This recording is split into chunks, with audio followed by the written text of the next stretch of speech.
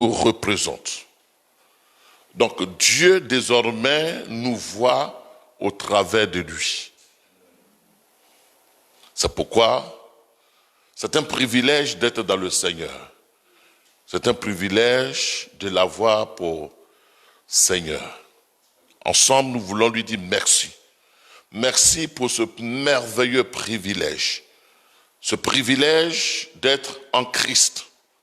Ce privilège de lui appartenir.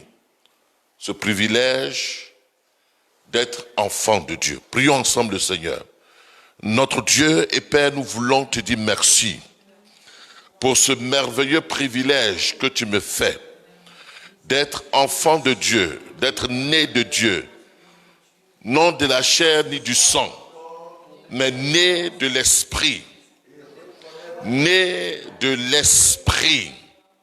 engendré par le Père céleste.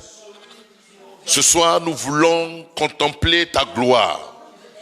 Nous voulons exalter ton Saint-Nom. Nous voulons confesser ta grandeur. Nous voulons dire qu'il n'y a point d'autre Dieu que toi. Nous voulons dire que tu es digne d'adoration, digne d'honneur, digne d'être célébré. C'est pourquoi ce soir, dans ta présence, nous nous réjouissons parce que nous voyons, par notre esprit, par ton esprit en nous, nous voyons ton visage rayonnant de gloire. Et par ton visage, nous rayonnons aussi. Par ton esprit en nous, nous te voyons glorifié.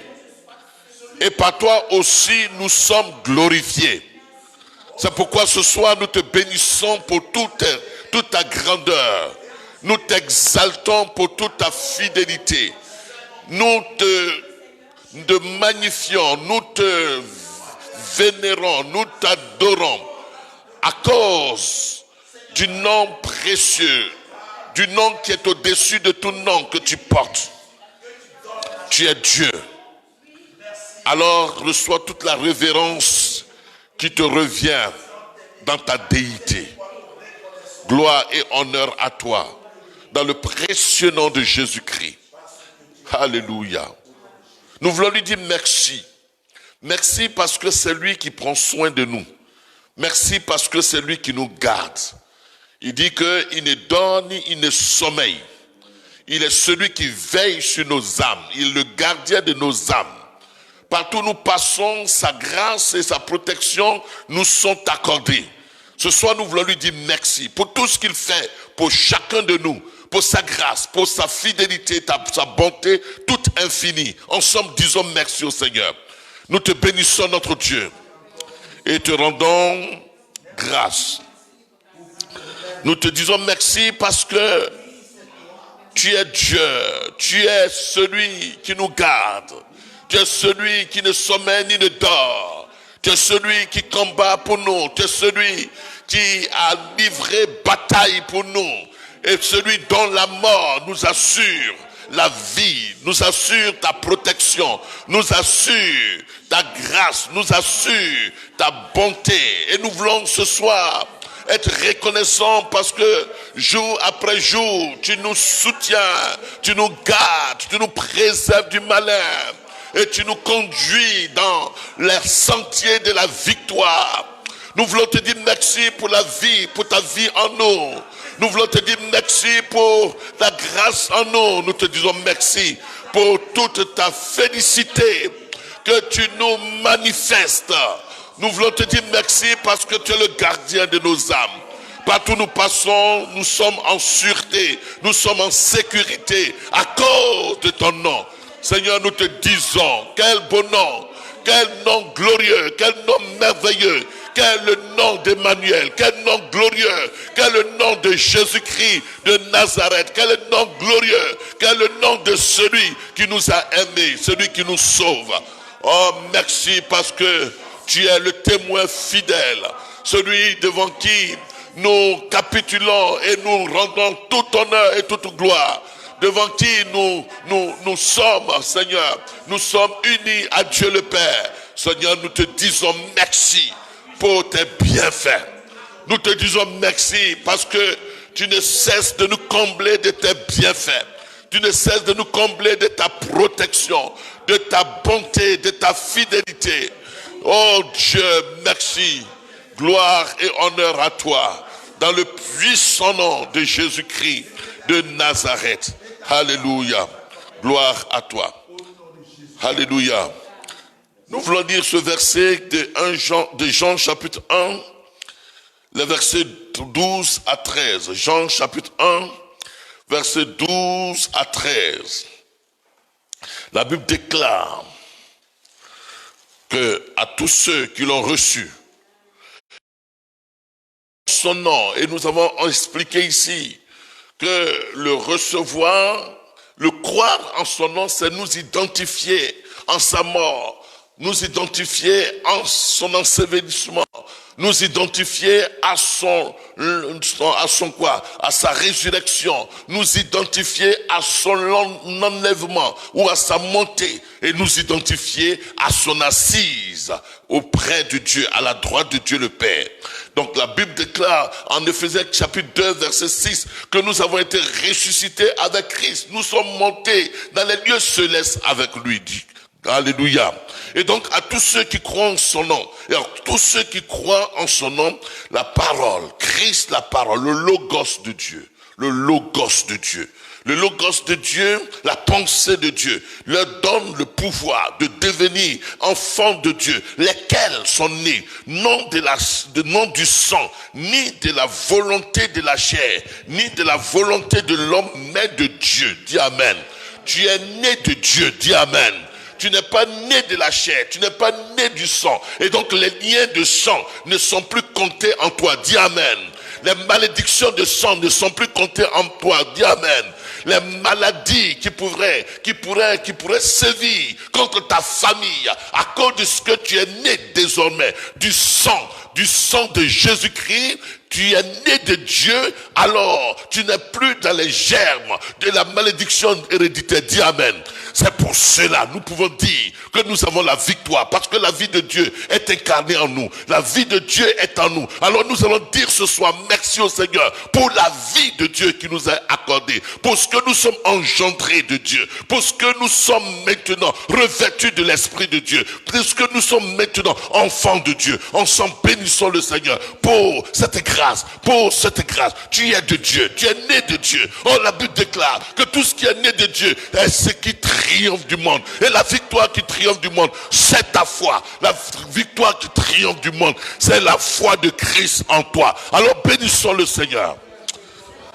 Merci parce que je ne suis plus comptable des malédictions de ma famille, plus comptable de la malédiction de la famille, la malédiction du territoire, plus comptable du sort de ma famille, plus comptable de ce qui sévit contre ceux qui ne te connaissent pas. Merci parce que ton esprit est en moi. Merci parce que je suis désormais enfant de Dieu. Seigneur, c'est en qualité de fils que je me présente ce soir devant toi. C'est en qualité de fils que je puis t'exalter, que je puis t'honorer, que je puis t'élever. C'est en qualité de fils que je puis me tenir devant toi. C'est en qualité de fils que je puis parler. C'est en qualité de fils que je puis te servir. Merci pour ce privilège d'être unis à toi, Dieu le Père. Oh, nous te bénissons ce soir. Plus de condamnation, plus de malédiction, plus de sort, plus de malédiction. Parce que je ne suis pas né de la chair, ni de la volonté de l'homme, mais je suis né de Dieu. Par conséquent, je jouis de la vie de Dieu. Par conséquent, je jouis du privilège d'être enfant de Dieu. Par conséquent, tout ce qui appartient à Dieu est à moi. Oh, je te rends grâce, Seigneur. Oh, merci Seigneur pour la vie que j'ai, pour la vie abondante que j'ai, pour la vie divine que j'ai. Merci parce que tu m'as divinisé. Gloire à toi. Alléluia. Béni sois-tu. Gloire à toi. Il dit à la Samaritaine, l'heure vient, elle est déjà venue, où les vrais adorateurs adoreront le Père en esprit et en vérité. Dis Amen. S'il y a des vrais, c'est qu'il y a des faux. Et la Bible déclare que les vrais adorateurs adorent en esprit. Ça veut dire qu'avant nous, il n'y avait pas de vrais adorateurs. Nous sommes les vrais adorateurs. L'heure vient, elle est déjà venue. Ou les vrais adorateurs.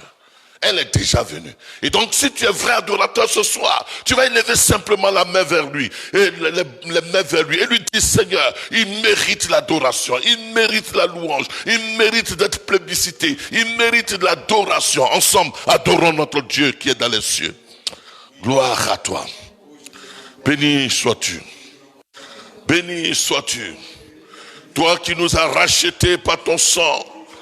Béni sois-tu, nous voulons te glorifier. Nous voulons te glorifier. Nous voulons te glorifier dans notre corps. Nous voulons te glorifier dans notre esprit. Nous voulons te glorifier à tous égards. Nous voulons te glorifier, Dieu des cieux. Alléluia.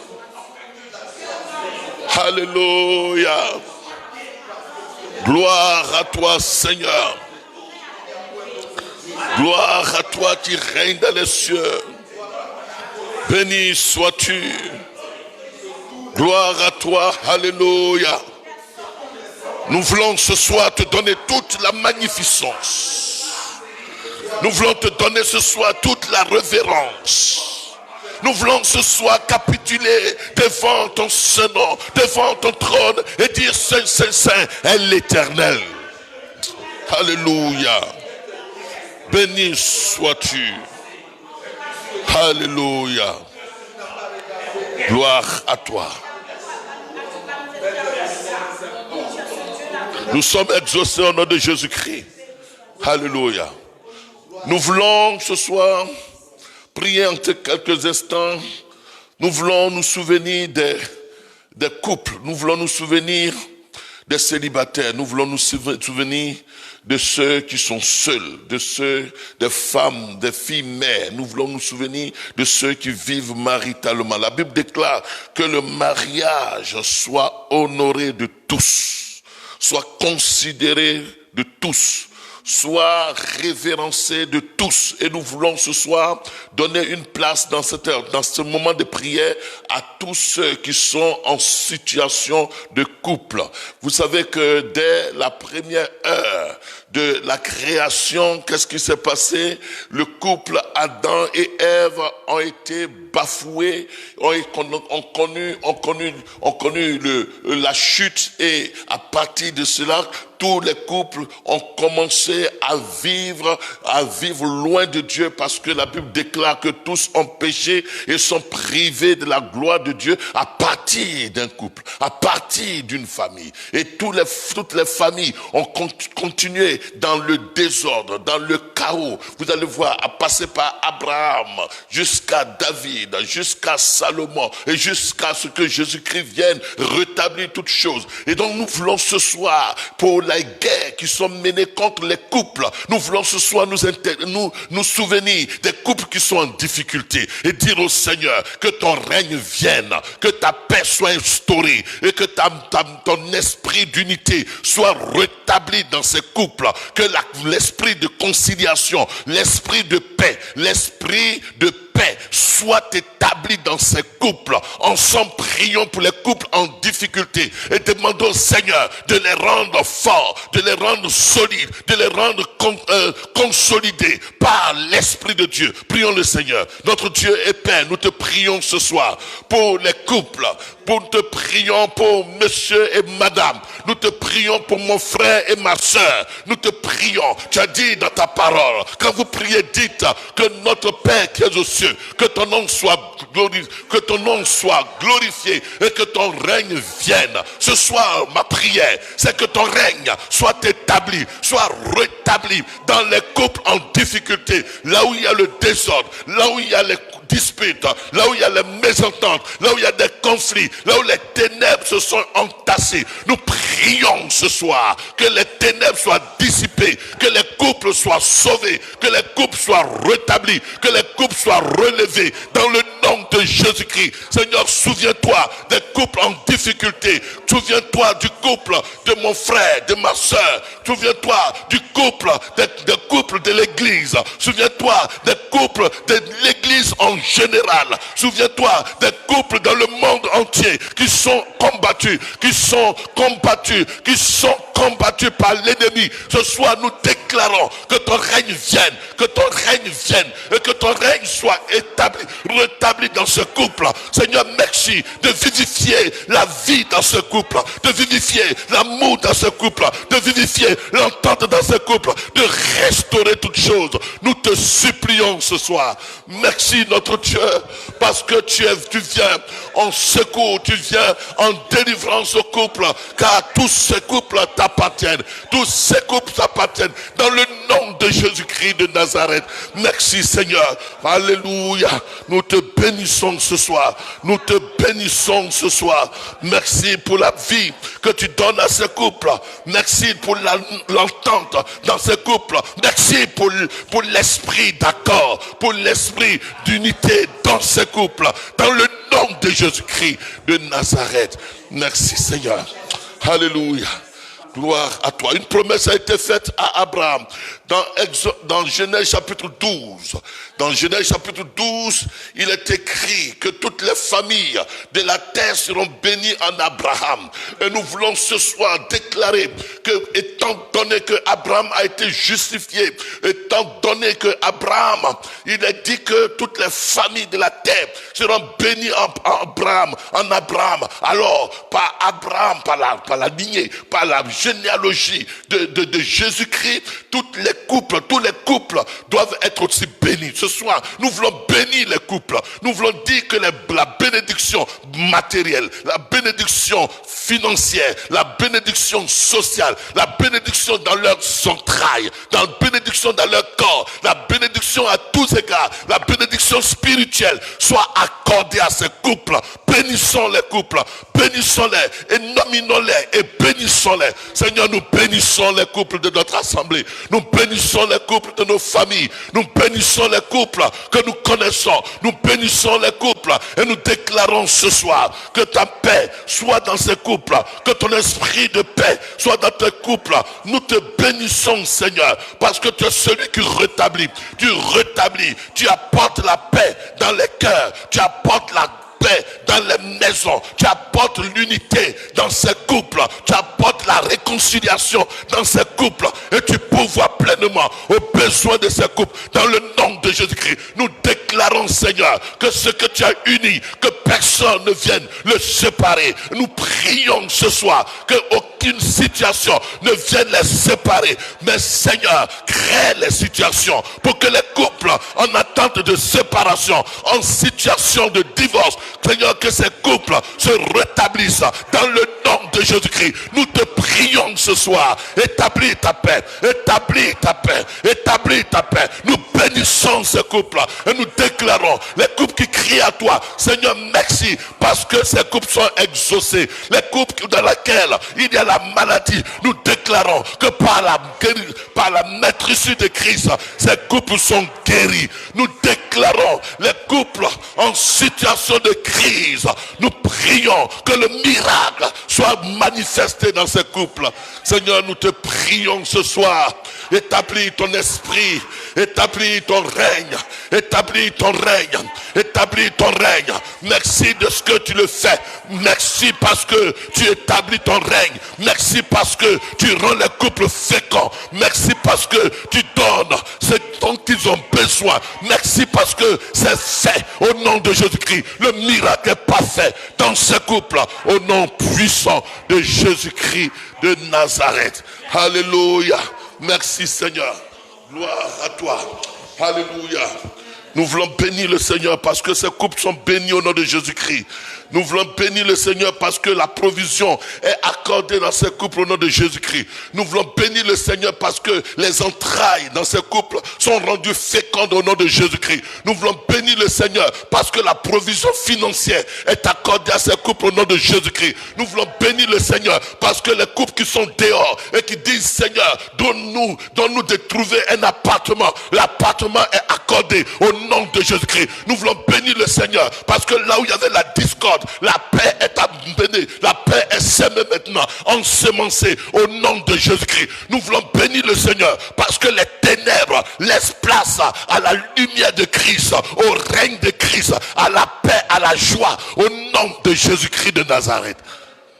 Nous voulons prier ce soir encore pour les jeunes filles et les jeunes gens qui ne sont pas encore mariés. Nous voulons prier pour nos bien-aimés qui ne sont pas mariés. La Bible déclare que je voudrais que tous fussent sans inquiétude, car celui qui n'est pas marié s'inquiète. Celui qui n'est pas marié s'inquiète des choses du Seigneur, par des moyens de plaire au Seigneur. Celui qui est marié s'inquiète des choses du monde et des moyens de plaire à sa femme, ainsi de suite. Mais la Bible dit, c'est Paul qui dit, je préfère que tous soient comme moi, mais pour ceux qui brûlent, qu'ils se marient. Dis Amen. Nous voulons prier pour que Dieu permettre que, parce que Dieu a déjà permis, mais que Dieu ouvre les yeux pour que tu découvres l'âme sœur, pour que tu découvres celui à qui Dieu t'a destiné, afin que vous puissiez réaliser l'objectif de vie auquel Dieu vous appelle. Dis Amen. Nous voulons prier pour que les fiancés, les célibataires, ceux qui sont seuls, qu'ils ne soient plus seuls, parce que la Bible déclare qu'il n'est pas bon que l'homme soit seul. Nous voulons prier afin que du nord, du sud, de l'est, de l'ouest, où était cachée l'âme sœur, qu'elle soit suscitée et qu'elle vienne à l'existence au nom de Jésus-Christ. Ensemble, prions pour que Dieu permette que des mariages soient célébrés en ce lieu, des mariages soient célébrés en ce lieu, des mariages soient célébrés en ce lieu. Nous prions pour les célibataires, nous prions pour les femmes seules, nous prions pour les frères seuls, nous prions pour que Dieu suscite les connexions divines, que Dieu amène les âmes sœurs, qu'elle amène les âmes, les liens d'âme, qui suscitent les liens d'âme, afin que nos frères, nos sœurs qui sont seuls ne soient plus seuls, au nom de Jésus-Christ. Seigneur, nous te bénissons parce que c'est fait. Nous te bénissons parce que c'est fait. Nous te bénissons parce que c'est fait. Nous te bénissons parce que c'est fait. Merci parce que c'est fait. Les fiancés, les non-fiancés, ceux qui sont seuls, ils ne seront plus seuls, parce que ta volonté, c'est que l'on ne soit pas seul. Seigneur, merci parce que en attendant, tu les prépares. Tu les prépares à rencontrer l'âme sœur. Tu les prépares à rencontrer le fiancé. Tu les prépares. Merci parce que la préparation est parfaite dans les cœurs. Tu transformes les cœurs. Tu prépares les cœurs. Tu fais de sorte que les cœurs soient dépouillés de toute convoitise. Afin que, Seigneur, ces mariages soient célébrés et qu'ils soient pour chacun d'eux un sujet de joie. Seigneur, merci pour les fiancés que tu préserves de tout mal. Pour les femmes seules, que tu préserves de toute chute, de toute volupté, de toute convoitise. Pour les frères, que tu préserves de tout mal. Merci Seigneur. Je déclare que nous sommes exaucés au nom de Jésus-Christ. Je déclare que Dieu amène à l'existence l'âme sœur au nom de Jésus-Christ.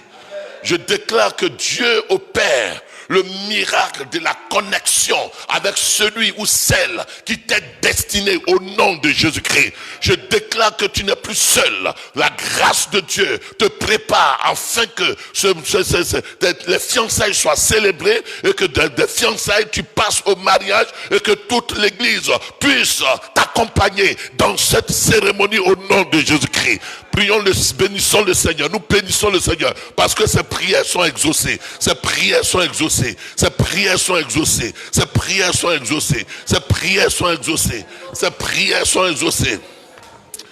Gloire à toi. Gloire à toi.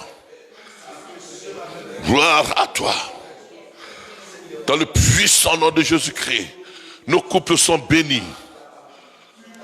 Nos jeunes sont préparés dans la sainteté, dans la pureté, dans la crainte de ton nom.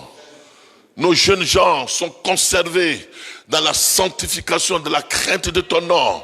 Seigneur, nos jeunes sœurs sont conservées dans la crainte de l'Éternel, dans la crainte de ta parole. Nos jeunes sœurs marchent conformément à l'évangile qu'ils ont reçu. Seigneur, merci parce que toute inquiétude est dissipée, parce que tu amènes à l'existence l'homme ou la femme qui est destiné à notre sœur, à notre frère, au nom de Jésus-Christ. Seigneur, merci parce que ta parole déclare qu'il n'est pas bon que l'homme soit seul. Nous voulons enfin terminer ce moment et dire au Seigneur d'ouvrir les yeux aux uns et aux autres, afin qu'ils voient, ils comprennent, d'ouvrir aussi l'entendement, afin qu'ils comprennent l'évangile, qu'ils ouvrent l'esprit, afin qu'ils aient la révélation de Christ, qu'ils ouvrent les oreilles. La Bible déclare en Jérémie 7, ils ont des oreilles, mais ils n'entendent pas. Ils ont des yeux, mais ils ne voient pas. Et Apocalypse 2 dit, achète de moi du collier, afin que tu oignes tes yeux pour que tu vois. Nous allons prier pour que les écailles de la religion, les écailles du monde, en 2 Corinthiens chapitre 4, verset 4, il est dit que le Dieu de ce monde les a aveuglés, afin qu'ils ne voient pas briller la splendeur de l'évangile de gloire. Donc prions le Seigneur pour que les écailles tombent. Quand Paul a été touché sur la route de Damas, dans Actes chapitre 9, la chose que Dieu a faite, c'est de faire tomber les écailles de la religion des yeux de Paul, de Saul de Tarse. Alors Saul de Tarse, maintenant éclairé, pouvait être un instrument utile entre les mains de Dieu. Nous allons prier ce soir pour que les écailles tombent, les écailles des soucis de ce monde, les écailles de la religion, les écailles de la convoitise de la chair, les écailles des soucis de la vie, que les écailles tombent et que leurs yeux voient briller la splendeur de Christ. Prions le Seigneur pour que l'évangile puisse avoir effet dans les cœurs, pour que l'évangile puisse avoir l'effet. Prions le Seigneur, Seigneur, donne-leur la révélation de ta parole. Tu dis la révélation de ta parole, elle est claire. Nous prions que la révélation est claire, que ta révélation est claire, que ta révélation est claire, dans le nom de Jésus-Christ, dans le nom de Jésus-Christ. Que la révélation de ta parole, qu'elle est claire. Seigneur, que les oreilles soient ouvertes et qu'elles puissent entendre l'évangile. Je prie, Seigneur, que l'esprit soit touché. Tu as dit au sujet des Éphésiens que ma prière, c'est que le Dieu des cieux illumine les yeux de vos cœurs. Je prie, Seigneur, que les yeux des cœurs soient illuminés par l'évangile. Et que tout ce qui est religion, que tout ce qui est coutume, que tout ce qui est tradition puisse sortir de nous. Nous sommes exaucés au nom de Jésus-Christ. Seigneur, merci. Ta parole nous a enseigné ce matin dans Éphésiens chapitre 4, verset 6, dans Philippiens chapitre 4, versets 6 à 7. Tu dis, ne vous inquiétez de rien, mais faites connaître vos besoins à Dieu par des prières, qui signifie par ce que tu as dans le cœur, par des supplications, qui signifie par des pétitions, la réclamation de ses droits, avec action de grâce. Ce soir, nous voulons te rendre grâce, parce que nous savons que notre Père Céleste sait ce dont nous avons besoin. Et les projets qu'il a pour nous sont des projets de paix et non de malheur. Il permettra que ces projets qui sont oui et amen en Christ, que nos yeux voient l'accomplissement visible de ces projets. Merci parce que de même que la création attend avec un ardent désir la manifestation des fils de Dieu, bien d'autres enfants de Dieu, bien d'autres fils attendent également que tu leur sois manifesté de façon glorieuse. Et qu'ainsi ils passent de la vallée de Baca à la vallée de la bénédiction, à la source de la bénédiction. Qu'ils passent des pleurs au témoignage. Nous merci Seigneur parce que tu permets ta paix dans nos couples. Tu permets la vie dans nos couples. Tu dissipes les ténèbres et tu fais régner ton esprit d'unité, de paix dans nos couples. Merci aussi de ce que tu te souviens de ceux qui sont en situation de solitude, en situation de célibat. Merci de ce que tu attires l'âme sœur vers eux. Et tu permets que ton Église se réjouisse. Au nom de Jésus-Christ. Amen. Amen. Que Dieu vous bénisse. Veuillez vous asseoir. Nous avons entamé une étude. Et cette étude, nous avons libellé, nous l'avons libellé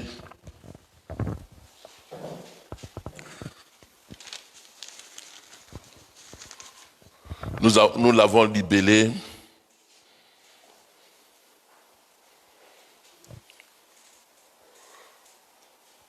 si deux s'accordent. Bien-aimés, c'est un thème que les autres prédicateurs qui vont passer ici vous donneront d'approfondir.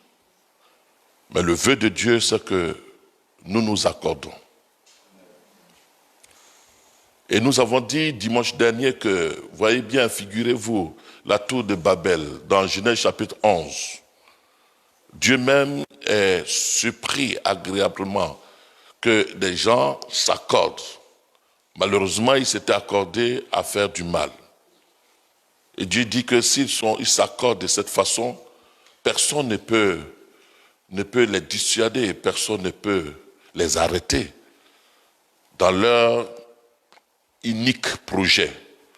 Et donc, dispersons-les. C'est alors que Dieu a dispersé les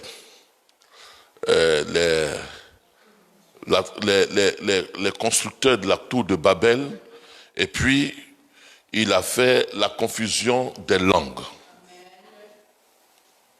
Mais Dieu s'est réjoui de ce que, il se réjouit de ce que les uns et les autres, au fait que nous soyons en accord pour le bien.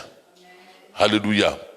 Et donc, nous avons dit que dans Matthieu chapitre 18, versets 18 à 20, Jésus dit que si deux s'accordent pour demander quelque chose, c'est ça, alors je suis au milieu d'eux.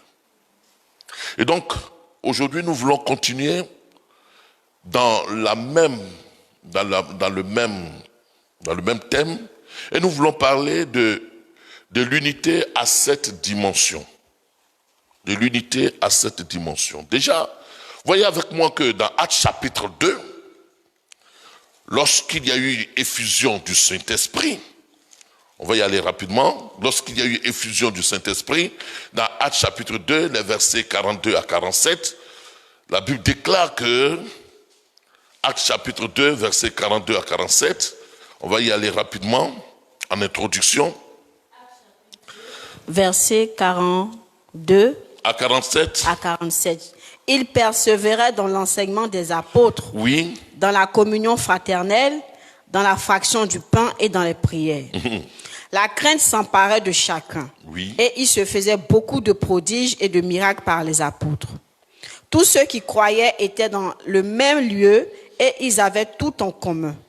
Ils vendaient leurs propriétés et leurs biens et ils en partageaient le produit entre tous, selon les besoins de chacun.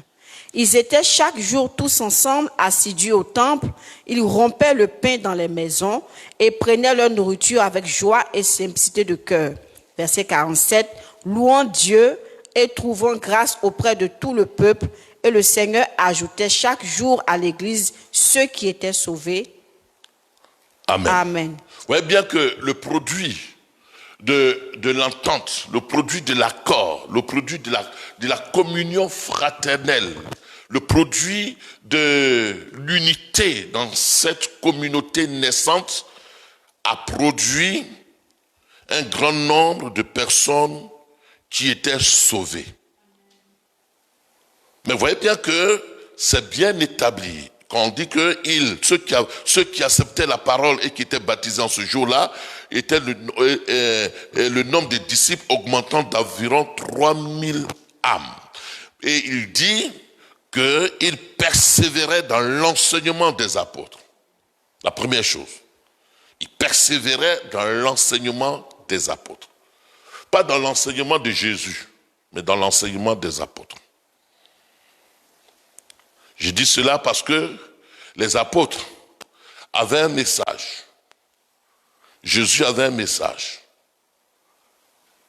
Et vous allez voir que plus loin, les apôtres, les 12, avaient un message, avaient un auditoire. Et Paul, plus tard, qui va être suscité, il avait son message et il avait son auditoire. Jésus avait un message.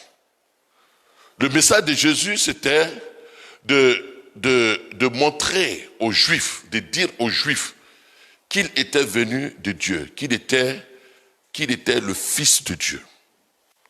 Donc, les Juifs n'avaient jamais compris ce message. Les Juifs ne le considéraient pas comme le Messie qui devait venir, comme le Fils de Dieu. C'est pour cela même ils vont le lapider, ils vont vouloir le tuer, parce qu'il se proclamait Fils de Dieu. En plus, il se proclamait égal à Dieu. C'était un scandale, un blasphème pour eux, les Juifs. Ils n'avaient jamais eu la relation de filiation entre eux, qui étaient adorateurs de cette époque, avec Dieu. Ils ne se déclaraient pas fils de Dieu. Ils étaient dans une position de serviteur. Et Jésus vient, il change la donne. Il dit que non, vous vous servez Dieu en qualité de serviteur. Moïse a servi en qualité de serviteur. Mais moi, je ne le sers pas en qualité de serviteur. Je ne suis pas un serviteur de Dieu. Je suis un fils qui sert son père. C'est différent. Le serviteur attend une récompense. Le serviteur attend une rémunération. Le serviteur attend une approbation. Le serviteur, il est là parce que il sert avec contrainte. Et eux, ils pensaient avoir le salut dans le service qu'ils accordaient à Dieu, qu'ils apportaient à Dieu. Et donc, la donne va changer. Jésus va servir Dieu en qualité de fils. Pour donner l'exemple à la nouvelle création qui viendra plus tard, la nouvelle création ne sert pas Dieu en qualité de serviteur. Nous ne sommes pas serviteurs de Dieu. Je ne suis pas un serviteur de Dieu. Je suis un homme de Dieu. Je suis un fils qui sert son père. C'est différent. Et la disposition dans laquelle je le sers est différente de la disposition dans laquelle sert un serviteur. Tout est question de communion. C'est pourquoi Jésus va donner cette parabole de Luc chapitre 15. Il va donner un homme avec deux fils. Et un a pris une part de l'héritage, il s'en est allé. Il était fils. Et l'autre, il était à la maison et il continuait de servir. Mais dans sa mentalité, il se prenait pour serviteur. Or, il ne savait pas que ce qui est au Père était à lui. Et donc, quand vous savez que vous servez dans votre propre maison, vous servez pour votre propre maison, l'engouement que vous avez, l'engouement est différent de celui du serviteur. C'est pourquoi la Bible donc déclare dans Hébreux chapitre 3 que Moïse était serviteur dans la maison et Jésus a servi en qualité de fils. Nous sommes des fils qui servent le Père. Il ne comprenait pas cela. Le fils qui sert le Père, il sait que ce qu'il donne comme service lui revient. Or, le serviteur attend une rémunération. Le serviteur attend une bénédiction. Nous ne servons pas pour attendre une bénédiction. Nous servons parce que nous avons plaisir à rendre office auprès du Père. Je le disais tout à l'heure, c'est pourquoi il y a difficulté dans nos églises. Nous servons en vue d'une bénédiction. Non, nous ne servons plus en vue d'une bénédiction. Nous servons parce que nous sommes fils et que nous sommes déjà bénis. Et nous savons que ce qui appartient au Père nous appartient. Donc les Juifs n'étaient pas dans cette disposition. Ils étaient dans la disposition du serviteur. Et quand Jésus dit, quand vous criez, dites notre Père qui est aux cieux, cela les scandalisait. Parce que Dieu n'était pas pour eux un Père. Dieu était pour eux un Dieu lointain. Donc, Acte chapitre 2, Jésus vient et puis il change la donne. Il change la donne et il continue à leur prêcher. Quand Jésus va être enlevé, les apôtres vont continuer à prêcher à un auditoire de judaïsants, un auditoire de juifs. Donc l'auditoire des 12, c'était l'auditoire juif, des judaïsants, des juifs. Les 12, eux, ils s'adressaient à des juifs. Vous voyez bien, les 12. Bon, plus tard, Judas va partir. Judas ne sera plus là, mais il sera remplacé par Matthias. Mais leur auditoire, c'était dirigé vers les Juifs. Leur message était dirigé vers les Juifs. Donc, de même que Jésus est venu et qu'il dira que je suis venu pour les brebis perdues de la maison d'Israël. Donc, tout le ministère pendant 3 ans et demi de Jésus, son ministère n'a intéressé que Israël. Les 2 personnes auxquelles Jésus a eu affaire, c'est la Cananéenne dans Matthieu chapitre 15, et puis dans Matthieu chapitre 8, cet homme, ce centenier qui est venu avec son serviteur pour dire que dis seulement un mot et mon serviteur sera guéri. C'est 2 personnes qui ont été l'auditoire, qui ont été les païens à qui Jésus s'est adressé pendant 3 ans et demi. Donc Jésus, pendant 3 ans et demi, il dira même à ses disciples, n'allez pas vers les Samaritains, n'allez pas vers les païens, restez en Israël. Parce que le message qu'il devait apporter était à l'endroit des fils, des enfants, des fils perdus de la maison d'Israël. Donc, quand il est encensé, quand il est ascensionné, quand il part, alors les 12 vont se constituer en ceux qui vont continuer le ministère terrestre de Jésus. Et ils vont prêcher exclusivement aux Juifs. Pierre et Jean vont prêcher exclusivement aux Juifs. Quand Jésus est ascensionné, c'est 14 ans plus tard. Le seul païen auquel ils vont avoir affaire, c'est Corneille. 14 ans plus tard. Et encore, Pierre dira que non, Dieu dit, tu es mangé. Pierre dira que je ne tue pas, je ne mange pas. 14 ans après. Après, ils vont se retrouver dans Actes chapitre 15 au concile de Jérusalem. Mais le message qu'ils avaient à prêcher aux Juifs était de leur dire que vous avez crucifié, cet homme que vous avez crucifié, c'est le Messie que vous attendez. Donc le message des 12, c'était de dire aux Juifs que c'était pas la peine d'attendre un autre Messie, mais Jésus était le Messie. Donc leur message, c'était la messianité de Jésus. C'est pourquoi je dis, ils persévéraient dans l'enseignement des apôtres. Quel était l'enseignement des apôtres? Jésus est le Messie. Alors que les judaïsants attendaient un Messie, jusqu'à présent, vous allez en Israël, ils attendent un Messie. Donc le message dit que Jésus est le Messie. Et ceux qui croyaient que Jésus était le Messie, alors ils étaient sauvés. Ceux qui ne croyaient pas n'étaient pas. Donc, c'est pourquoi je dis, ils persévéraient dans l'enseignement des apôtres.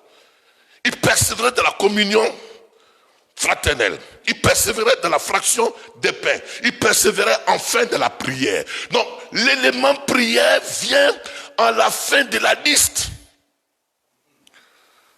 Après qu'on ait préparé les cœurs à la communion fraternelle, après qu'on ait préparé les cœurs par l'enseignement à la communion fraternelle, alors qu'on ait préparé les cœurs à la fraction des pains, la prière trouve sa place.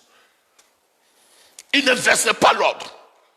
C'est pas la prière d'Abraham et puis on va faire communion fraternelle. Non, on fait l'enseignement. L'enseignement nous amène à comprendre que désormais nous allons le voir de la suite.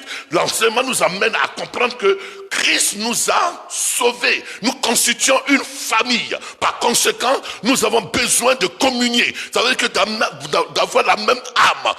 Si nous avons la même âme, nous nous sentons à l'aise de partager le pain. Et comme nous partageons le pain, nous pouvons enfin prier ensemble.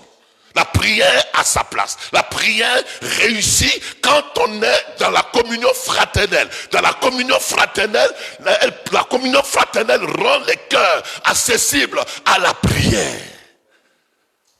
Parfois, nous pouvons prier ensemble alors que nous ne sommes pas en communion. Nous n'avons aucune communion. Nous pouvons partager le pain alors que nous pouvons prier alors que nous n'avons pas de communion. Nous pouvons prier alors que nous ne savons pas partager, fractionner le pain. Fractionner le pain, partager le pain, avoir la communion d'esprit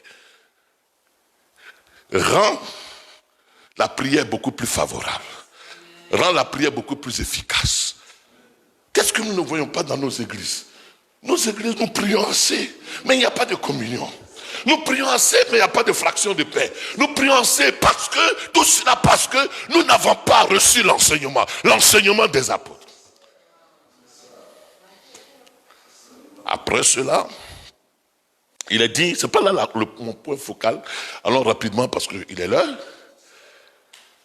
La Bible dit que dans Actes chapitre 4, verset 32, elle dit que la multitude de ceux qui avaient cru n'était qu'un seul cœur. Vous voyez bien, un seul cœur. La multitude de ceux qui avaient cru n'était qu'un seul cœur. Et donc, comme on est un seul cœur, ce n'est plus difficile de partager le pain. Ce n'est plus difficile de vendre de vendre son champ, de vendre son bien pour le mettre à la disposition de ceux qui sont indigents dans l'église. Vous voyez bien, la disposition d'esprit n'était différente que celle que nous avons aujourd'hui. Celle que nous avons, c'est de façon égoïste. Si on apporte quelque chose, on pense que c'est parce que on veut acheter la bénédiction. On donne son offrande, on donne sa dîme, on donne ceci, parce qu'on attend en retour une bénédiction. C'est comme nous trafiquons avec Dieu. Or, eux, ils ne trafiquaient pas. C'est parce qu'ils étaient ensemble, parce que les cœurs étaient unis. Alors, ils peuvent donner sans attendre une bénédiction quelconque, sans attendre quoi que ce soit. Ce n'est pas dans le souci d'avoir quelque chose. Vous allez voir que c'est de là que va sortir cet homme, Barnabas, le fils de l'exhortation. Vous voyez bien? Donc, si nous voulons que Dieu, et vous allez voir que dans Actes chapitre 2, Actes chapitre 4, Dieu faisait des miracles extraordinaires. Pourquoi? Parce que ils sont, toutes les fois qu'ils se retrouvent, ils sont comme une armée du ciel rassemblée. Ils sont comme un seul homme. Ils parlent le même langage. L'Esprit de Dieu est favorable pour agir. Même celui pour qui on devait prier et qui était malade, il était en esprit, en communion d'esprit avec celui qui va prier pour lui. Alors la guérison était parfaite. On se comprend ce soir? Parce que je peux prier pour vous, mais vous n'avez pas confiance en ma prière. Ça ne veut rien dire. Il ne s'agit pas de vociférer. Il ne s'agit pas de vociférer. Il ne s'agit pas de crier. Il ne s'agit pas d'être ensemble, de lever la voix. Il ne s'agit pas de... Non. C'est la communion. La communion. Or, quand on est en communion, il serait difficile de voir le défaut de l'autre. On est plutôt amené à supporter les faiblesses de l'autre. On est plutôt amené à encourager l'autre. Pourquoi des gens ne viennent plus dans nos églises? Ils arrivent, nous les voyons misérables, nous les voyons du coin de l'œil, nous les méprisons. Nous n'avons pas de compassion, nous n'avons pas d'amitié. Un frère ne vient pas aujourd'hui, ça ne nous dérange pas, pourvu que, voilà, je sois venu. Or, à leur temps, ils étaient comme un seul homme. Tout était favorable pour que Dieu agisse. Vous allez voir qu'ils n'ont pas fait trop d'efforts. On les met en prison, Dieu agit. Ils élèvent la voix, le lieu où ils sont tremble. Il y en a qui vendent leur champ et puis ils permettent que le prix de vente du champ pourvoie aux besoins des plus démunis. Et dans cette communion, il y a un seul qui a voulu gâter l'affaire. Dieu l'a suspendu immédiatement. Ananias et Saphira. Dieu les a arrêtés. Tu vois? Dieu a arrêté ce qui venait gangréner la communion. Ce qui venait gangréner l'esprit d'équipe qui existait là. Dieu dit non. Aujourd'hui, l'Ananias et Saphira sont tellement plus nombreux que Dieu garde le silence parce que il dit mais attends, il y a un seul juste. C'est le lieu d'Ananias et Saphira. Dieu n'agit plus. On est plus à l'aise. Moi, quand je suis allé dans une église, quand j'ai été pour la première fois dans une église charismatique, bon, c'est vrai, j'étais à l'église baptiste, mais je suis allé dans une église charismatique. L'idée que j'avais des églises charismatiques, on me disait, ah, si tu arrives là, tu n'es pas clair. Ah, c'est pas bien pour toi, ils vont tout voir de suite. Ok, et parfois on partait dans certains milieux, si tu n'étais pas clair, l'Esprit de Dieu agissait, parce que l'Esprit de Dieu était là. Mais à un moment donné, toi-même tu fais n'importe quoi, tu y arrives, et puis bon, on ne te voit pas. Au contraire, on t'acclame. Et tu dis, ah, là où on dit qu'il y a l'Esprit de Dieu, parce que quoi, l'Esprit de Dieu n'était plus là. Bien aimé, ce soir, mon but, c'est de nous amener à vivre une vraie communion fraternelle.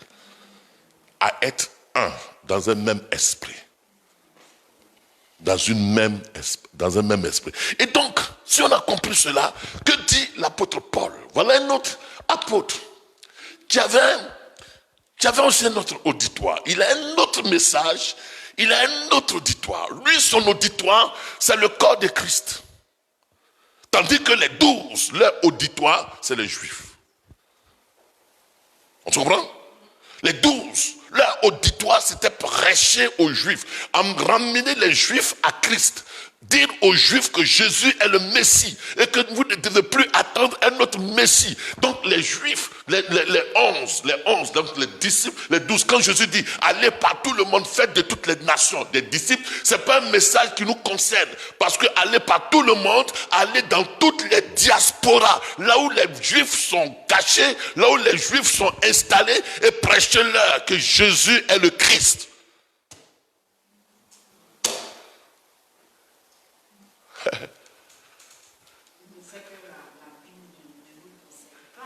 Comment? Pourquoi la Bible ne nous concerne pas? Oui, mais parce qu'il y a beaucoup de choses qui sont là-dedans qui n'est pas Ah, orthotoméo, on a vu ça ici. Ah, orthotoméo, il faut savoir diviser étroitement. Il faut savoir être divisé étroitement. Vous allez voir que le ministère des apôtres, des 12, des apôtres là, a continué jusqu'à Actes chapitre 28. Alors la boucle va se fermer. À partir de Actes chapitre 28, alors, vous allez voir, si vous voulez, prenez votre Bible, vous allez voir. Dans Actes chapitre 28, comme nous sommes en train de faire une étude biblique, Actes chapitre 28, le ministère, l'office des 12 va se poursuivre. C'est vrai que Paul sera là, mais l'office des 12 va se poursuivre jusqu'à Actes chapitre 28. Est-ce que vous êtes là? À partir du verset 26, à partir du verset 25 plus haut, pour qu'on puisse comprendre. Comme il se retirait en désaccord, Paul n'ajouta que ces mots, avec raison que le Saint-Esprit, parlant à vos pères, par le prophète Ésaïe, a dit, va vers ce peuple et dis, vous entendrez de vos oreilles et vous ne comprendrez point. Vous regarderez de vos yeux et vous ne verrez point. Car le cœur de ce peuple est devenu insensible. C'est-à-dire que là, ils sont en train d'attaquer Paul maintenant. Et Paul ramène cette parole du prophète Ésaïe, vous entendrez, ils ont endurci leur cœur et ils ont fermé leurs yeux, de peur qu'ils ne voient de leurs yeux et qu'ils n'entendent de leurs oreilles, qu'ils ne comprennent de leur cœur, qu'ils ne se convertissent et que je ne les guérisse. Sachez que ce salut de Dieu a été envoyé aux païens et qu'ils l'écouteront. Lorsqu'ils disent cela, les Juifs s'en allaient, discutant vivement entre eux. Alors Paul demeura 2 ans entiers dans une maison, ainsi de suite. Et puis, il s'adresse aux païens en prêchant le royaume de Dieu et enseignant que ce qui concerne le Seigneur Jésus-Christ en toute liberté et sans obstacle. Là, maintenant, il est avec les païens. Oui.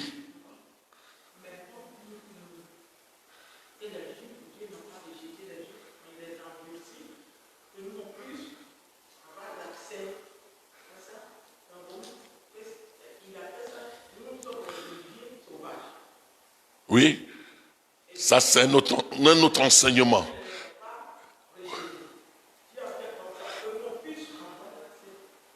Et donc eux, quand ils deviennent... Bon, on y arrivera. Je vous répondrai là-dessus. Donc Paul a un auditoire. L'auditoire de Paul, c'est la nouvelle création. Qui dit nouvelle création? C'est ceux qui ont cru en Jésus-Christ et qui ont été régénérés par le Saint-Esprit, qui sont devenus une nouvelle création et qui sont en Christ.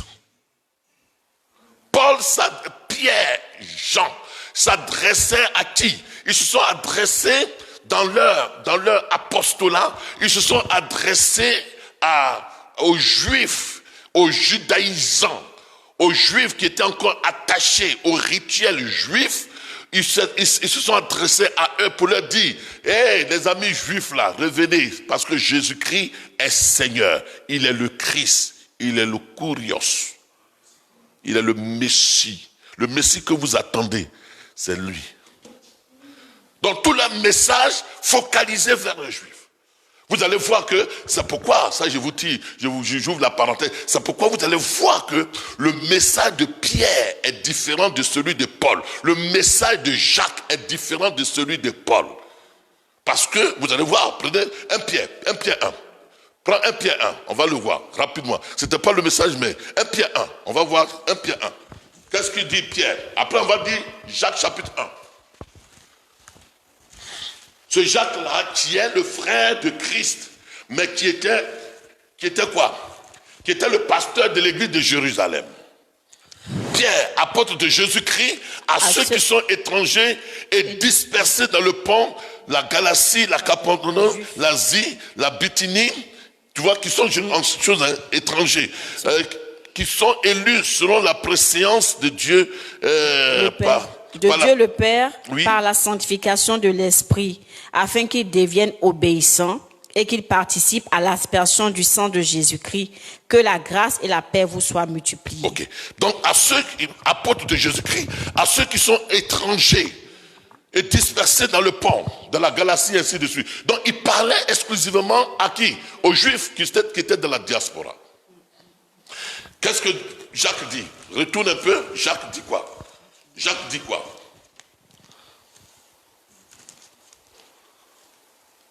Jacques, serviteur de Dieu.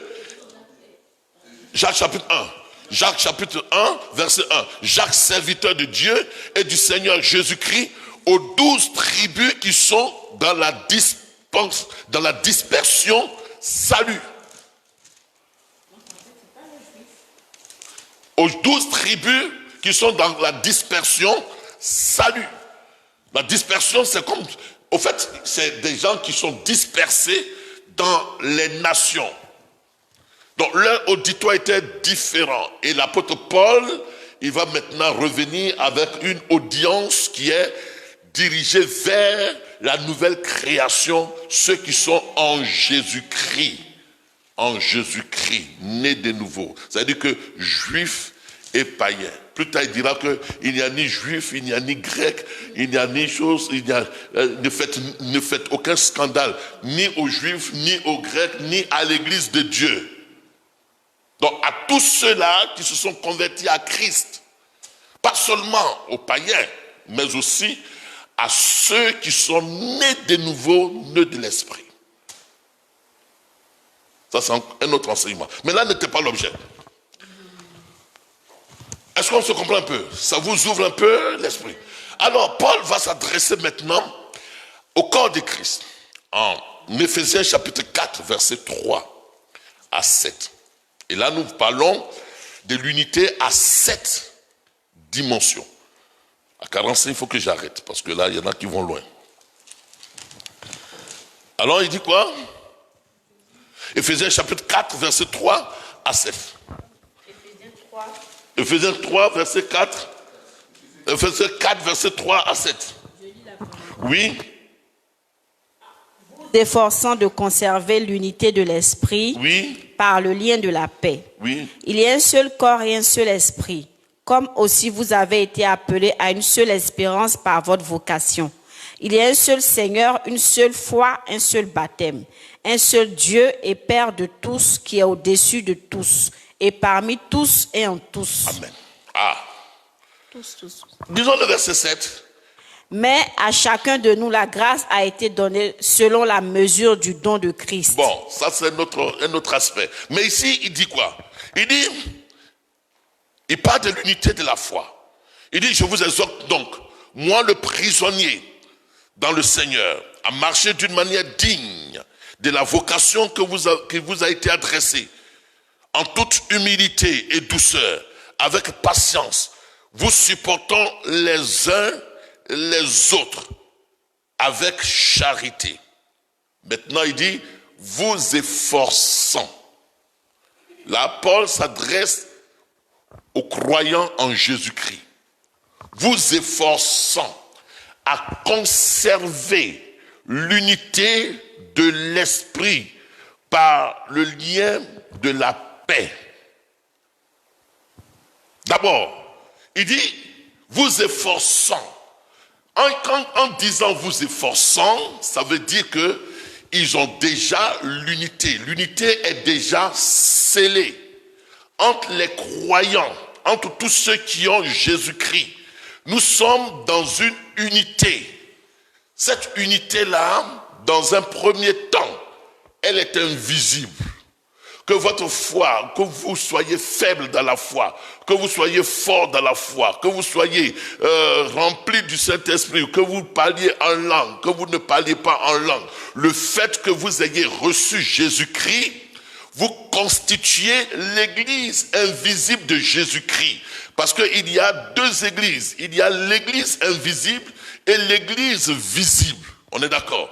Et cette église-là, elle va comporter tous ceux qui ont cru en Jésus-Christ, qui sont dans l'église invisible et qui sont dispersés partout dans le monde, et ceux qui n'ont pas et qui sont dans une assemblée locale donnée ou dans une communauté donnée, qui constituent eux aussi l'église de Jésus-Christ. Mais parmi eux, il y a ceux qui confessent Christ, mais qui ne croient pas, qui confessent Christ et qui sont hypocrites. C'est-à-dire qui confessent Christ, qui font une profession de foi, mais en réalité, qui n'ont pas eu la révélation de Christ.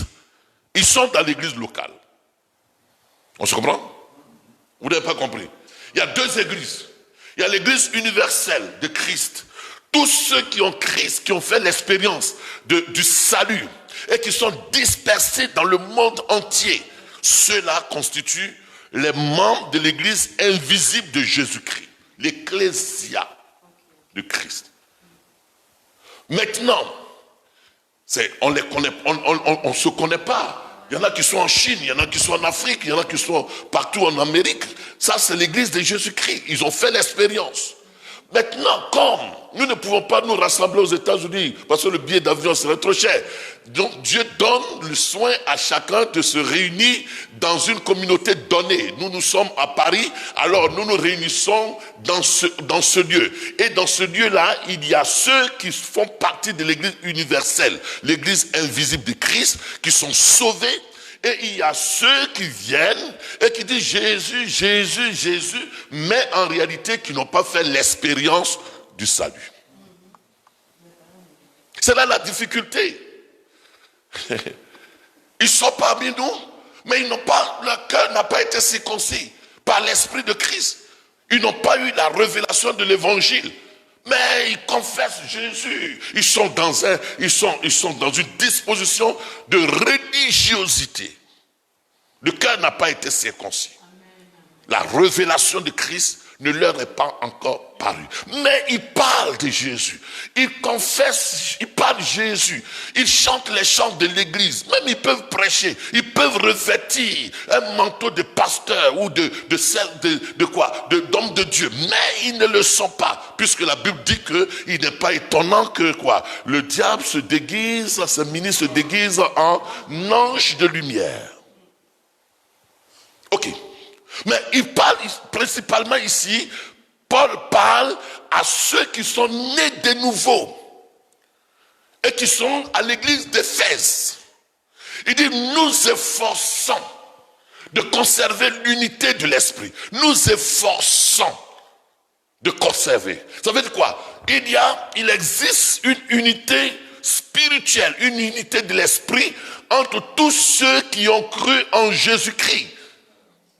Qu'ils soient nouveaux convertis, qu'ils soient pasteurs, qu'ils soient dans l'arrière-plan de l'église, dans le fond de la salle, mais s'il a reçu Christ, il y a une unité spirituelle qui nous dit, nous sommes liés par cette unité.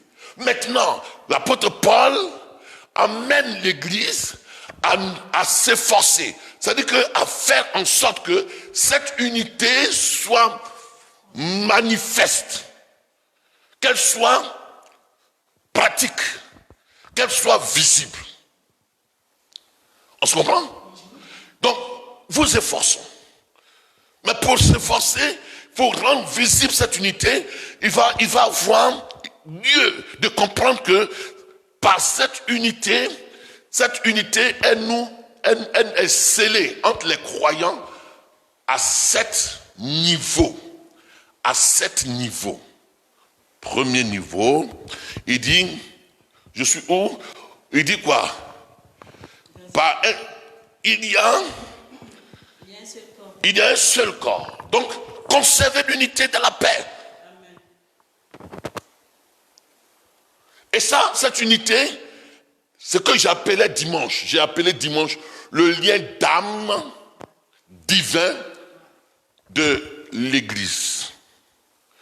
Parce qu'il y a le lien d'âme divin et il y a le lien d'âme qui n'est pas divin.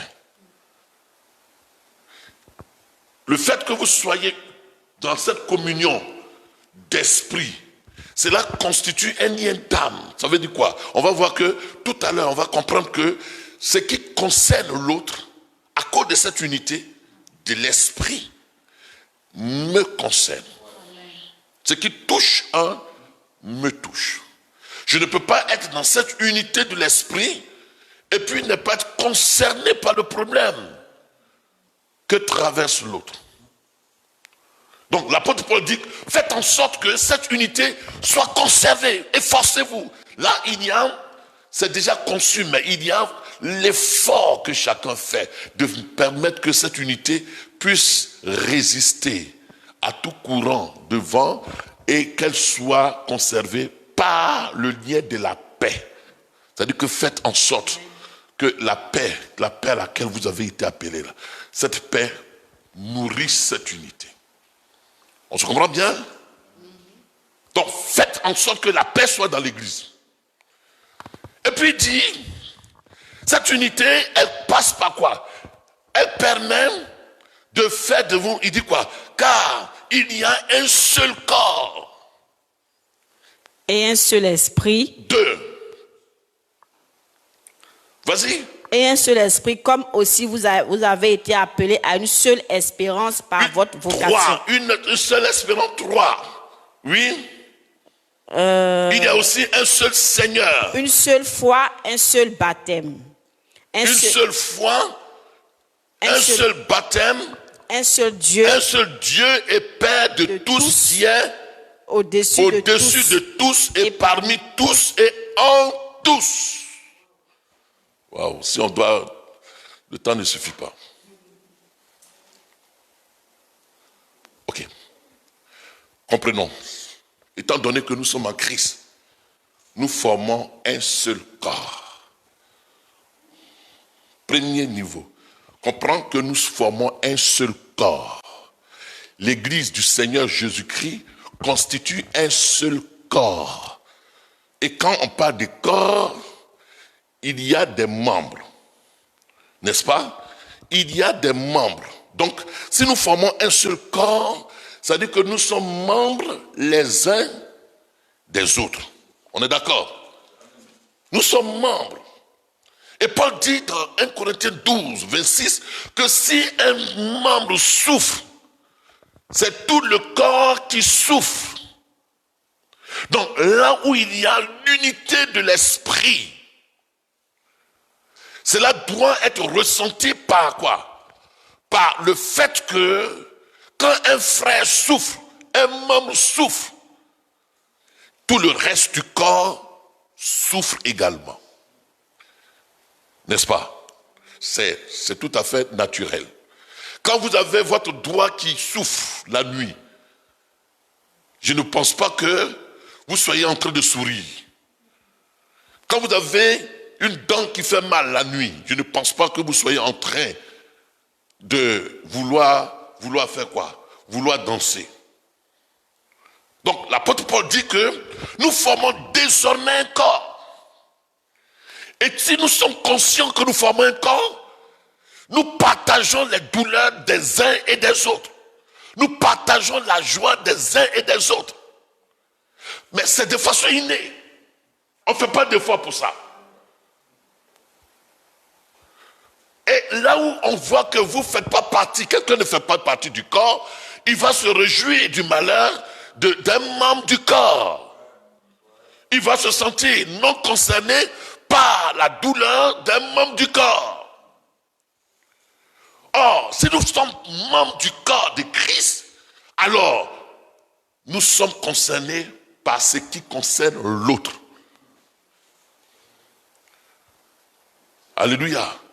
Un jour, Paul, il était sur la route de Damas, et puis il allait persécuter l'église. Et puis Jésus lui dit, mais Saul, pourquoi me persécutes-tu?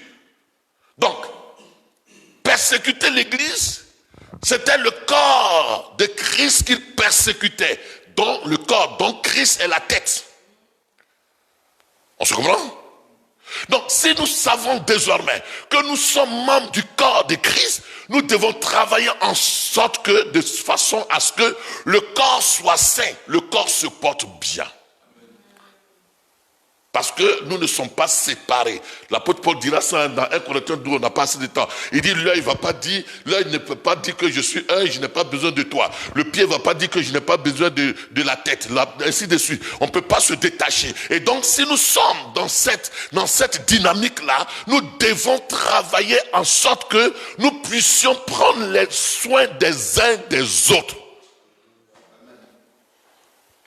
Le corps ne peut pas marcher, les membres ne peuvent pas marcher seuls. Si mon pied doit aller au supermarché, c'est que mon bras va au supermarché. Donc si nous sommes conscients de cela, nous devons faire en sorte que nous fassions partie du corps en tant que membres actifs. C'est ça. C'est pourquoi les dons nous ont été attribués. Les grâces nous ont été attribuées, afin que les grâces des uns et des autres contribuent à l'édification du corps. Donc quelqu'un ne va pas dire que je suis en Christ. Et puis ma vie chrétienne, c'est une vie chrétienne personnelle. Non, on reçoit Christ personnellement, on expérimente le salut personnellement, mais quand on l'a expérimenté, le salut est au service du corps. On se comprend ce soir? Nous devons veiller les uns sur les autres. Parce que si l'ensemble du corps se porte bien, nous nous porterons bien. N'est-ce pas? Et nous avons reçu des qualifications dans ce corps-là pour que nous puissions être au bénéfice de ce corps. Imaginez donc le mal que nous faisons au corps quand nous nous dissocions. C'est pourquoi l'apôtre Paul, je vais aller vite, l'apôtre Paul a repris l'église des Hébreux, des Juifs qui étaient convertis à Christ, les Hébreux. En Hébreux chapitre 10, versets 24 à 25, il dit quoi? Exhortez-vous réciproquement. Il dit quoi? Hébreux chapitre 10. Oh, j'ai pris trop de temps. Bon, on va s'arrêter aux 2 et puis on va arrêter. Hébreux chapitre 10. 24 à 30. Non, 24 à 30. 24. Veillons les uns sur les autres. Veillons les uns sur les autres. Pour nous exciter à l'amour et aux bonnes œuvres. Voyez bien, parce que nous sommes membres d'un même corps. D'un même corps. Et puis il dit quoi? N'abandonnons Donc pas. si nous devons veiller, nous devons faire en sorte que mon frère, qui est nouveau dans la foi, il ne soit pas la proie de quoi? Des prédateurs. Je dois savoir pourquoi il n'est pas venu au culte. Quel est son problème? Qu'est-ce qui ne va pas? Je dois m'empresser pour lui apporter bonne assistance en prière, en édification, d'une manière ou d'une autre, pour que sa foi soit gardée intacte. On se comprend? Il dit veillons les uns sur les autres, pour nous exhorter quoi? À l'amour et aux bonnes œuvres. Aux bonnes œuvres. N'abandonnons pas notre assemblée. N'abandonnons pas notre assemblée. Comme c'est la coutume de quelques-uns. Oui. Mais exhortons-nous réciproquement. Et cela d'autant plus que vous voyez s'approcher le jour. Les Hébreux, ils avaient un problème. Les Juifs convertis à Christ, ils avaient un problème. Parce que le livre des Hébreux, c'est quoi? C'est l'épître qui concerne exclusivement les Juifs qui se sont convertis à Christ. Donc ils ont quitté le judaïsme, maintenant ils sont à Christ. Mais ici, l'apôtre Paul, il a un problème avec eux. Quel était leur problème? C'est-à-dire que c'était des gens, ils étaient en Christ, c'est vrai, mais ils avaient encore l'arrière-plan culturel, l'arrière-plan judaïque. Donc ils partaient encore de la synagogue. Donc ils venaient parfois dans l'assemblée des frères en Christ, et puis d'un moment à l'autre, on les voyait, on les retrouvait dans la synagogue. Ils avaient des sacrificateurs par-ci, par-là. Donc, par moment, ils pouvaient ne pas venir au culte pendant tout un mois, toute une période. Et puis après, ils apparaissaient. Pourquoi? Parce que ils aimaient encore les sacrificateurs. Ils aimaient encore les prophéties par-là, et par-là, et par-ci, et par-là. Ils aimaient encore, frimer encore quelque part. Et donc, ils n'étaient pas des gens permanents dans la communauté des frères en Christ. Donc ils avaient la coutume de s'absenter. Bien aimé, ce soir je vais vous dire une chose. Vous ne servez pas le corps de Christ par votre absentéisme, par votre irrégularité. Vous ne servez pas le corps de Christ lorsque vous donnez la permission de ne pas être dans la communauté des frères en Christ. Lorsque vous dites que la foi chrétienne, elle est individuelle. Non, elle n'est pas individuelle. Sinon, le Saint-Esprit ne vous serait pas donné afin que vous puissiez participer à l'édification du reste du corps. Imaginez-vous, vous avez un don de prophétie. Dimanche, vous ne venez pas. Alors que ce don-là, Christ veut se révéler à quelqu'un au moyen de ce don. Mais puisque vous restez chez vous, alors quelqu'un qui est venu avec son fardeau ou qui est venu avec un besoin, il ne pourra pas bénéficier du don que Christ vous a accordé, pas pour vous, mais pour le corps de Christ. Donc, les gens pensent que ça plaît au Seigneur. Mais ils ne savent pas qu'ils maltraitent le corps du Seigneur. Ils ne nourrissent pas le corps du Seigneur. Ils ne rendent pas service au corps du Seigneur. Par le fait qu'ils ont la coutume d'abandonner leur assemblée. ils ne sont pas conscients de cela.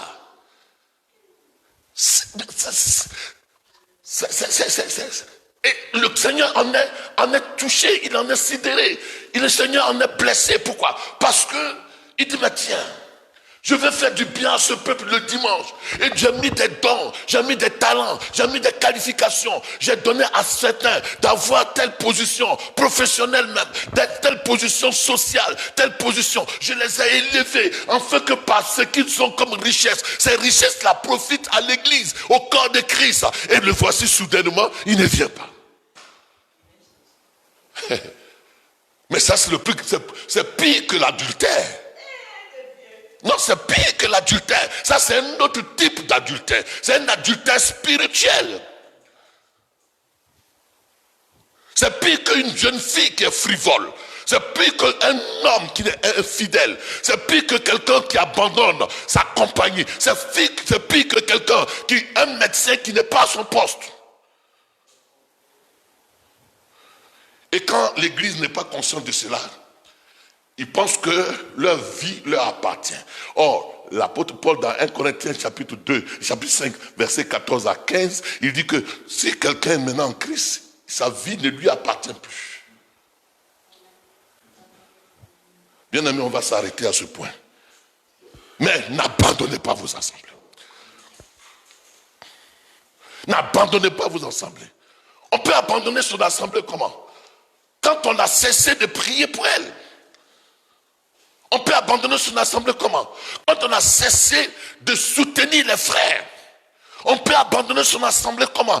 Quand on a cessé de la fréquenter.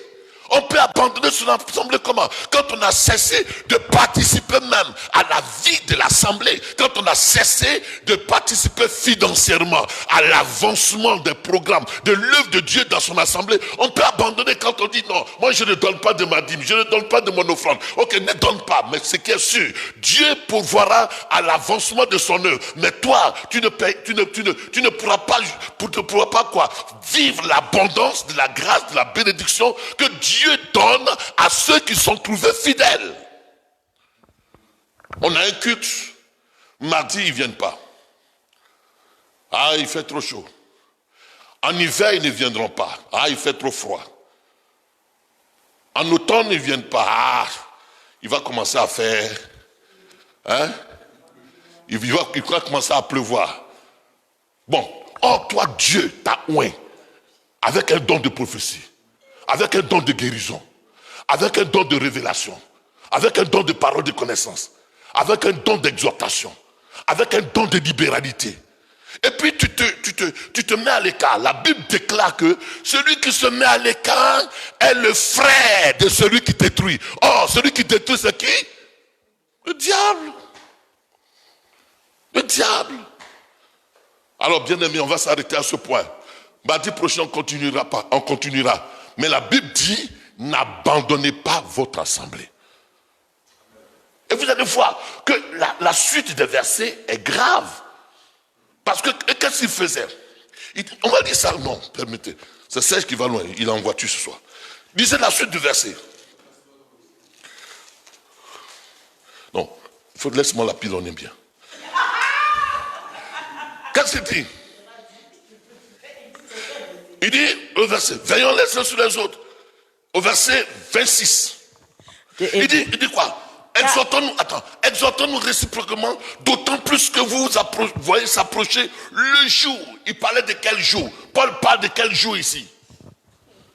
Bon, certains pourraient dire, théologiens pourraient dire qu'il s'agit du jour du Seigneur. Le Seigneur va venir. Mais ici, l'apôtre Paul était en train de dire, d'autant plus que vous voyez s'approcher le jour. Quel jour? Le jour de la destruction du temple de Jérusalem.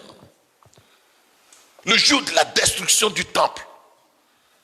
Et ce jour-là, ça a été fatal pour beaucoup de Juifs. Ok, qu'est-ce qu'il dit?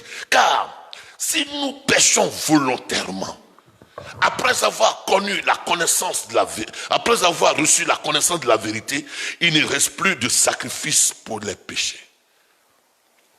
Péché volontaire dont il parle ici. Ces Juifs-là, ils avaient bien entendu l'évangile, mais ils étaient encore friands de quoi? Des pratiques dans le temple, Donc, ils ont entendu l'évangile, ils ont vu que Jésus-Christ est le sacrifice parfait, et ils partaient encore offrir des béliers dans le temple. Ils partaient, c'est là le péché volontaire. Volontaire parce que quoi? Ils ont connu la vérité, et cependant, ils vont faire ce que, puisqu'ils étaient religieux avant. Non, ils aiment encore aller replonger dans leur système religieux. Et si on sait la vérité, quand on ne la pratique pas, on est dans le péché volontaire. Oui, c'est ça. Oui. Non, je ne parle pas de toi. Non, péché volontaire. Je sais que je dois venir à l'église. Non, mais je ça... suis pas parti chez les féticheurs, mais chez les prophètes. Il restait à la maison. Ça, c'est un péché. Ah non, c'est un péché. C'est un péché. Non, ici, dans le contexte, laissons le verset dans le contexte. Le contexte, c'est que eux, ils quittaient l'assemblée des saints, l'ecclésia, et puis ils partaient dans le temple, dans la synagogue. Et qu'est-ce qu'ils faisaient de la synagogue? Ils offraient de nouveau les sacrifices d'animaux. Alors que Christ a été déjà l'agneau immolé. Et ça, c'est foulé aux pieds. C'est ce qu'il dit dans tout le verset. Si nous foulons aux pieds, il n'y a plus de quoi? Il n'y a plus d'autre remède. Voilà. Il dit quoi? Il dit, de quel pire châtiment? De quel pire châtiment pensez-vous que sera jugé digne celui qui aura foulé aux pieds le Fils de Dieu et qui aura tenu pour profane le sang de l'alliance par lequel il a été sanctifié. Donc ici, ce n'est pas quelqu'un qui allait voler ou bien qui allait mentir ou bien qui allait commettre un péché. Le péché dont il est question ici, c'est le péché de celui qui sait que Jésus... Le péché même, ce que la Bible appelle péché là. Le péché, c'est le fait que nous puissions profaner le sacrifice que Christ a accompli à la croix. C'est ça. Maintenant, on peut paraphraser cela pour dire qu'on connaît la vérité et puis on fait son contraire. C'est péché. Mais le péché volontaire, c'est le fait que les Juifs, ils étaient déjà dans la grâce, sous la grâce, et puis ils vont se mettre sous la loi. Que Dieu vous bénisse ce soir. Père, nous te bénissons. Pour cette grâce, il y avait beaucoup à dire, mais nous y reviendrons. Cette grâce que tu fais de nous, de devenir enfants de Dieu, de faire partie du corps de Christ, d'être intégré dans le corps de Christ. Donc, Christ est la tête. Seigneur, nous te demandons pardon. Parce qu'à chacun de nous, tu as donné des dons. Tu as fait des dons. Tu as fait des grâces. Pourquoi il est question d'Éphésiens chapitre 4. Et on va voir la suite. Tu as fait des grâces. Et chacun de nous est un don pour le corps de Christ. Et Seigneur, nous négligeons de jouer la partition pour laquelle tu nous as suscités. Tu nous as placés là. Nous négligeons de pouvoir faire le ministère auprès de ceux vers qui tu nous envoies. Nous négligeons de pouvoir mettre au service du corps les dons que tu nous as accordés. Seigneur, ce soir, interpelle quelqu'un et dis-lui que celui qui néglige la maison de Dieu néglige celui qui est le bâtisseur de la maison. Celui qui néglige la maison de Dieu néglige l'œuvre que Christ a accomplie à la croix.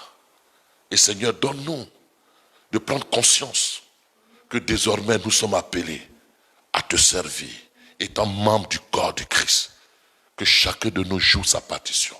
Bénis ton peuple ce soir et donne-lui ce soir de se réjouir de ce que désormais il fait partie de la maison de Dieu. À toi soit la gloire et à tous ceux qui nous entendent. Permets que ton esprit les fortifie. Ton esprit relève tous ceux qui ont été blessés et qui se sont mis à l'écart à cause d'une conduite quelconque, d'une inconduite quelconque. Permets, Seigneur, que quelqu'un qui a été découragé par la conduite de quelqu'un d'autre, qu'il soit remis en force, qu'il soit rétabli, qu'il soit réhabilité. Nous bénissons ton Église au nom de Jésus-Christ. Amen.